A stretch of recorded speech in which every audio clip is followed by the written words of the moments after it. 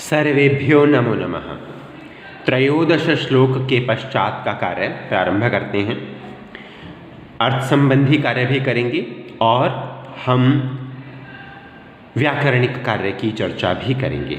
हम पढ़ रहे हैं द्वादशी कक्षायाः पुस्तकम् अस्ति भास्वती, पाठसंख्या 3, तृतीयः पाठः अस्ति मातुराज्ञा करियसि।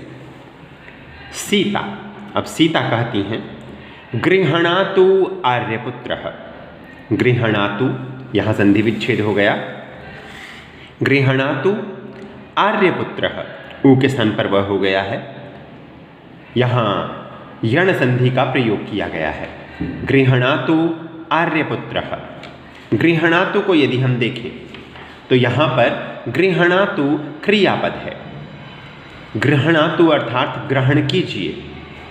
आर्यपुत्रः, आर्यपुत्र, आर्यपुत्र यहाँ पर सीता अपने पति के लिए प्रयोग कर रही हैं और वो हैं श्री राम। गृहणातु आर्यपुत्रः। आर्यपुत्रः इति पदम रामाय प्रयुक्तम। गृहणातु क्रियापदम, आर्यपुत्रः कर्तृपदम। आइए इसका संधि विच्छेद देखते हैं।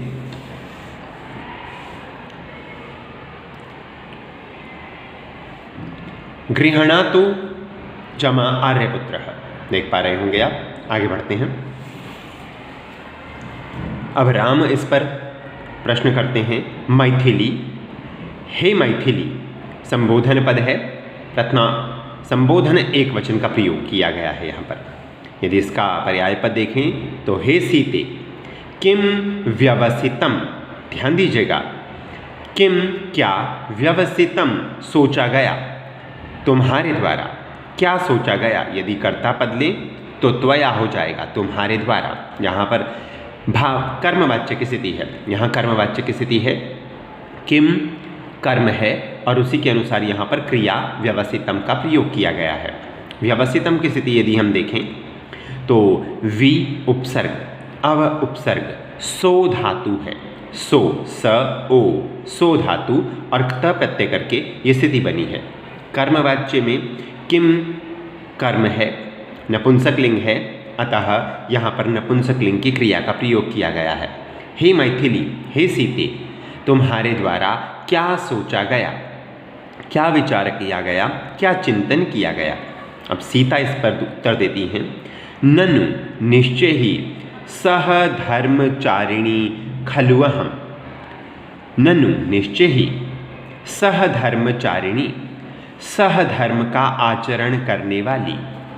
सहधर्म अर्थात साथ रहकर धर्म का आचरण करने वाली।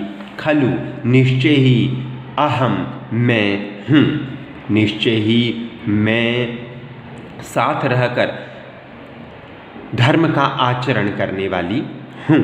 इस वाक्य में यदि हम देखें तो ननु अव्यय पद है, सहधर्मचारिणी। आइए इस पद के समास विग्रह को देख लेते हैं। सह धर्मम, साथ रहकर निभाए जाने वाले धर्म को, आचरति आचरण करती है, इति ऐसा, सा वह। सहधर्मम आचरति इति सा, यहाँ पर यदि हम आपको बताएं तो उपपद तत्पुरुष समास है, जिसमें बाद वाला पद क्रियापद होता है। तो उसी के अनुसार ये स्थिति बनी है। सहधर्मम आचरति इति सा सहधर्मचारिणी। खलु अहम, इसका संधि विच्छेद यण संधि है। खलु जमा अहम, ऊ के स्थान पर वह हो गया है। खलु अहम। आइए इस स्थिति को भी आपके समक्ष रखते हैं।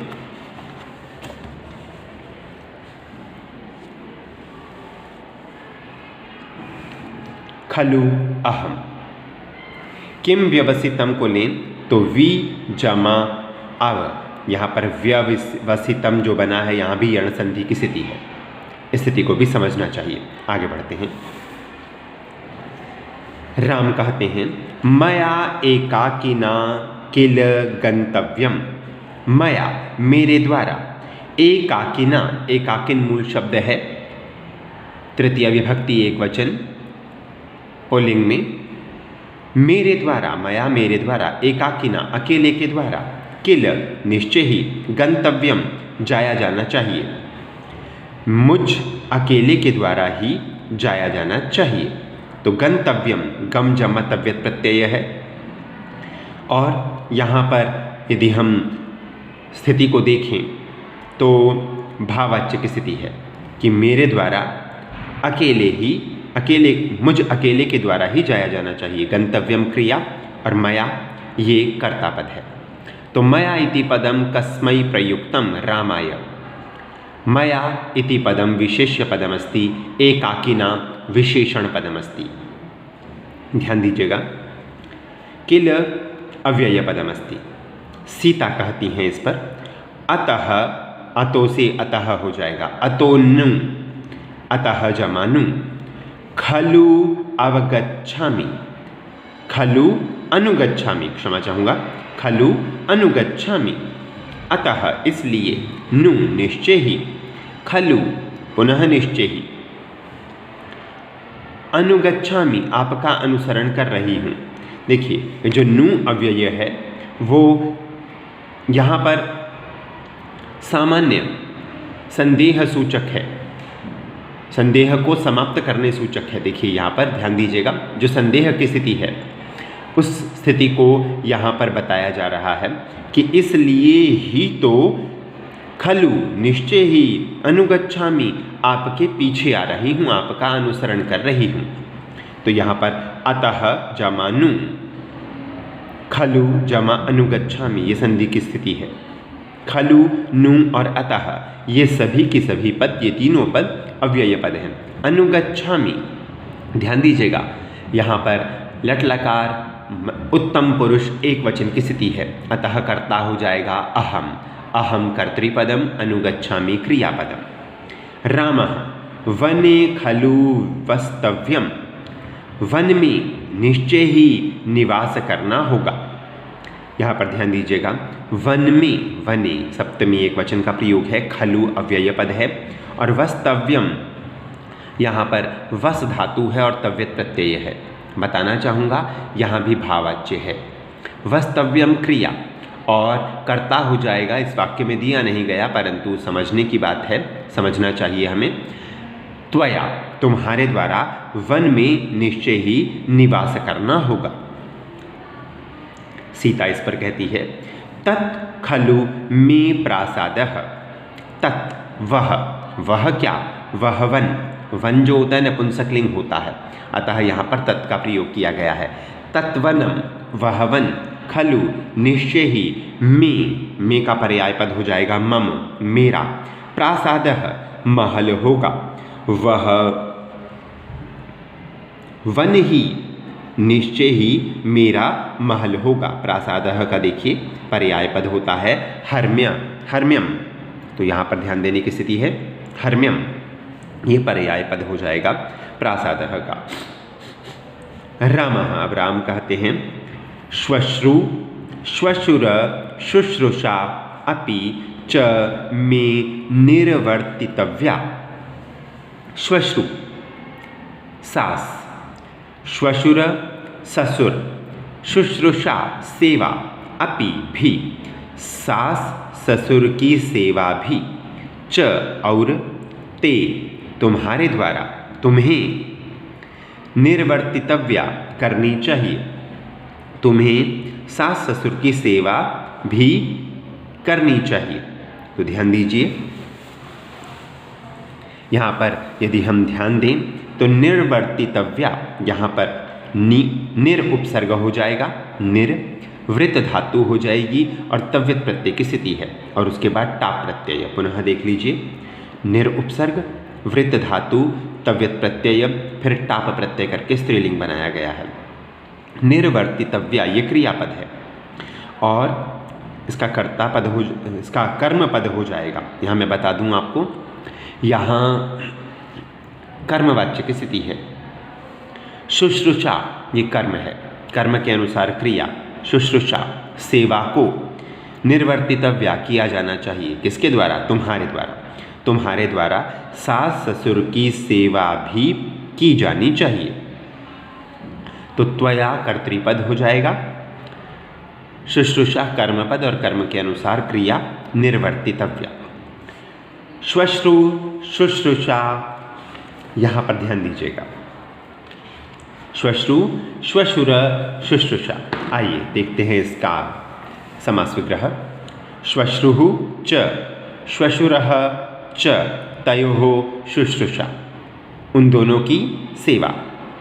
तो ये स्थिति बन रही है, श्वश्रुः च श्वशुरः च तयोः शुश्रूषा। ध्यान दीजिए आगे, शुश्रूषा जमा अपि, यहाँ पर दीर्घ संधि है, वो स्थिति यहाँ पर है। अब इस पर सीता का क्या कहना है? एनाम उद्देश्य देवतानां प्रणामः क्रियते। एनाम, इस बात को, इस तथ्य को, उद्देश्य बना करके, ध्यान में रख करके, देवतानाम, देवताओं को, प्रणामः, प्रणाम, क्रियते, किया जा रहा है। किसके द्वारा किया जा रहा है? मेरे द्वारा किया जा रहा है। इसको उद्देश्य बना करके, इस बात को उद्देश्य बना करके देवताओं को प्रणाम किया जा रहा है, अर्थात उनसे क्षमा ली जा रही है, उनसे क्षमा मांगी जा रही है। तो क्रियते यहाँ क्रियापद है, प्रणामः यहाँ पर ये कर्म पद है। प्रणामः क्रियते, प्रणाम को किया जा रहा है, कर्मवाच्य की स्थिति है, और इसका कर्ता पद हो जाएगा मया, मेरे द्वारा। बताना चाहूँगा एनाम में द्वितीया एक वचन का प्रयोग है। क्यों? क्योंकि यहाँ पर उद्देश्य, उत जमा दिश जमा ल्यप प्रत्यय है। उत उपसर्ग, दिश धातु, ल्यप प्रत्यय की स्थिति है, और ल्यप प्रत्यय से योगे द्वितीया भवति, अतः एनाम अत्र द्वितीया अस्ति। एनाम, इसको उद्देश्य बना करके, ध्यान में रख करके, देवतानाम, देवता मूल शब्द देवत्री होता है, तो देवता बन जाएगा उसका, जैसे स्थिति बन रही है यहाँ पर, देवता नाम में षष्ठी बहुवचन। प्रणामः, प्रणाम को, प्रथमा एक वचन की स्थिति है, कर्मवाच्य की स्थिति है यहाँ पर। क्रियते में विशेष क्रियापद बनाया गया है, क्री धातु य ते एते अन्ते, उस स्थिति को ध्यान में रखते हुए क्रियते स्थिति बन रही है। रामः, अब राम कहते हैं। लक्ष्मण, हे लक्ष्मण, संबोधन है। वार्यताम इयम, वार्यताम इयम, इयम, इसको, वार्यताम हटाया जाना चाहिए, रोका जाना चाहिए, त्वया तुम्हारे द्वारा, तुम्हारे द्वारा इसे रोका जाना चाहिए। वार्यताम क्रिया, इयम कर्म, और कर्ता हो जाएगा त्वया, तुम्हारे द्वारा इसे रोका जाना चाहिए। इयम इति पदम सीतायै प्रयुक्तम, अथवा सीता इति पदस्य कृते प्रयुक्तम, अथवा सीतायाः प्रयुक्तम।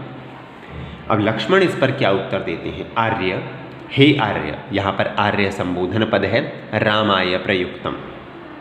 न उत्सहे, न जमा उत्सहे, यहाँ गुण संधि है, न जमा उत्सहे, न नहीं, उत्सहे, उत्साह कर पा रहा हूँ, मैं हिम्मत नहीं कर पा रहा हूँ। शलाघनीय काले, शलाघनीय सप्तमी एक वचन, काले सप्तमी एक वचन, काले में यहाँ पर विशेष्य की स्थिति है, और शलाघनीय में यहाँ विशेषण की स्थिति है। प्रशंसा के योग्य समय में उत्सहे, उत्साह कर पा रहा हूँ, इस प्रशंसा के योग्य समय में मैं उत्साह नहीं कर पा रहा हूँ, इस प्रशंसा के योग्य समय में। वारयितुम, हटाने के लिए, अत्र भवतीम, अत्र भवतीम में द्वितीय एक वचन है, और अत्र भवती हो जाएगा पूजनीया, सम्माननीया, तो यहाँ द्वितीया एक वचन की स्थिति है, तो सम्मान के योग्य को मैं हटाने में समर्थ नहीं हूँ, मैं उत्साह नहीं कर पा रहा हूँ। इस प्रशंसनीय समय में देखो स्थितियाँ विकट हैं, विपरीत हैं, फिर भी सीता जी साथ जाने को तैयार हैं। तो इस प्रशंसा के योग्य समय में मैं पूजनीया को हटाने के लिए उत्साह नहीं कर पा रहा हूँ। उत्सहे, उत्तम पुरुष एक वचन की स्थिति है, तो इसका कर्ता हो जाएगा अहम। न अव्यय पद, शलाघनीय, यहाँ पर ध्यान दीजिएगा, शलाघनीय विशेषण, काले विशेष्य, वारयितुम व्री धातु है हटाने अर्थ में। णिच प्रत्यय, फिर तुमुन प्रत्यय किया गया है, वारयितुम। अत्र भवतीम, यहाँ द्वितीय का प्रयोग है, क्यों? तुमुन प्रत्यय से योगे अपि द्वितीय भवति, अतः यहाँ पर उस स्थिति को स्पष्ट किया गया है। इसके साथ ही ये पाठ भी समाप्त हुआ। सर्वेभ्यो नमो नमः।